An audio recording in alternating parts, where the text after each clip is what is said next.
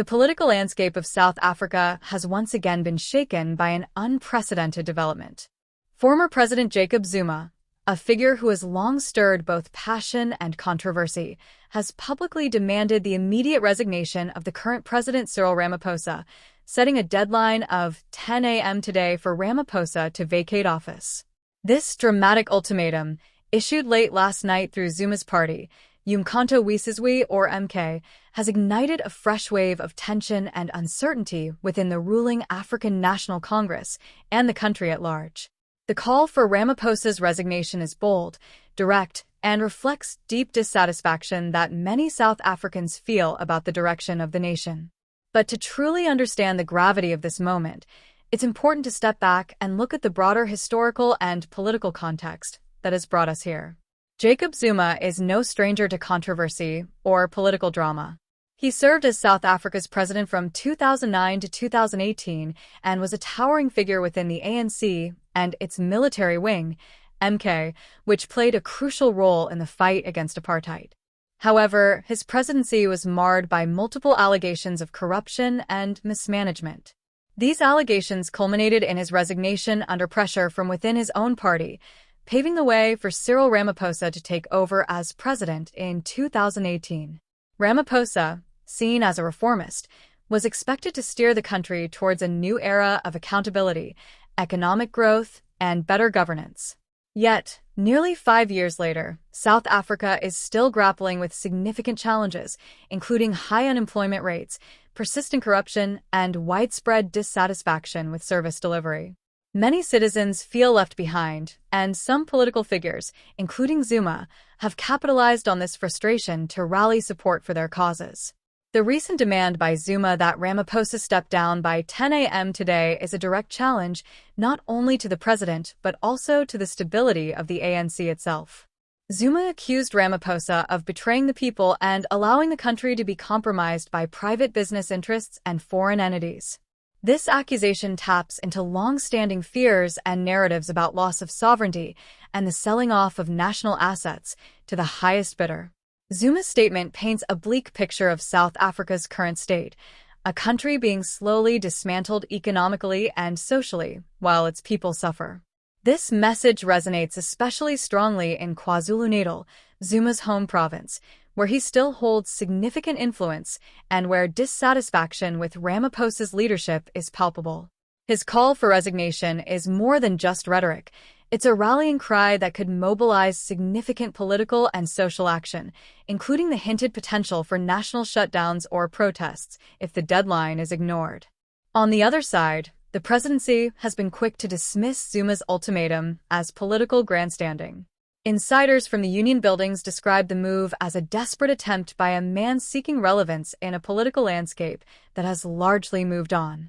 Ramaphosa's government has maintained a relatively steady course, focusing on economic recovery and combating corruption, although with mixed results.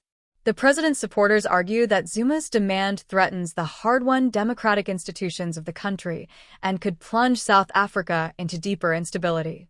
Political analysts warn that such divisions within the ANC could undermine the party's unity ahead of the critical 2026 general elections and potentially destabilize the entire political environment, leading to unrest or violence.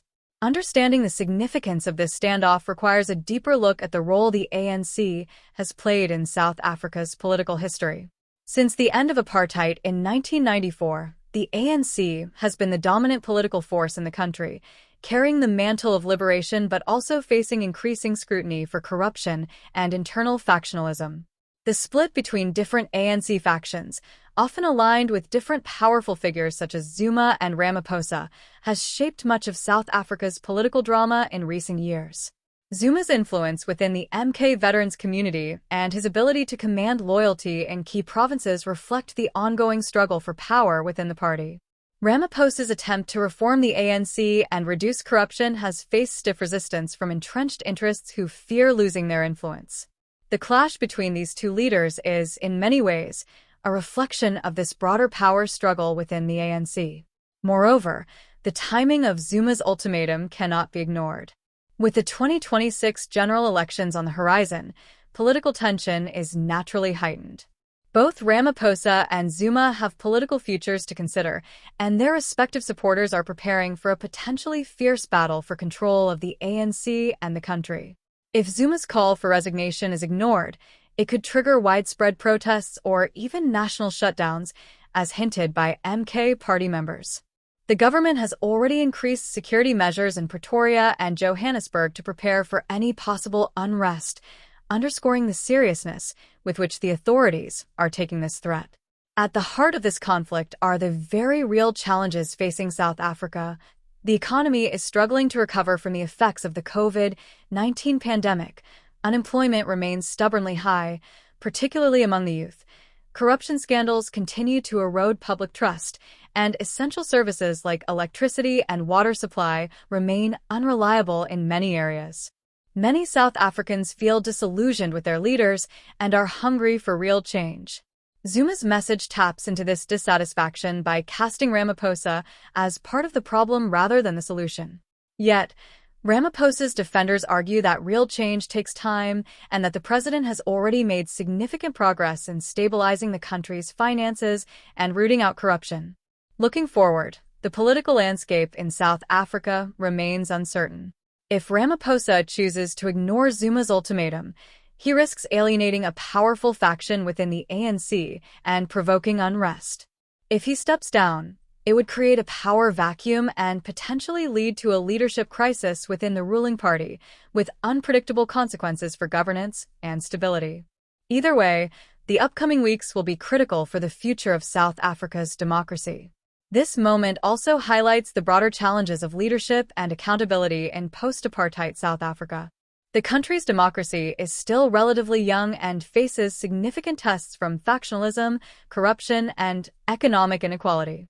The events unfolding now remind us that political power is fragile and that the people's voice and demand for good governance must remain at the heart of the nation's progress. If you found this analysis helpful, please consider subscribing to the channel for more in-depth discussions on South African politics and current affairs. Don't forget to share your thoughts in the comments below. How do you see this situation unfolding? What do you think the future holds for President Ramaphosa, Jacob Zuma, and the ANC? Your voice matters in this conversation. Thank you for watching, and stay tuned for updates on this developing story.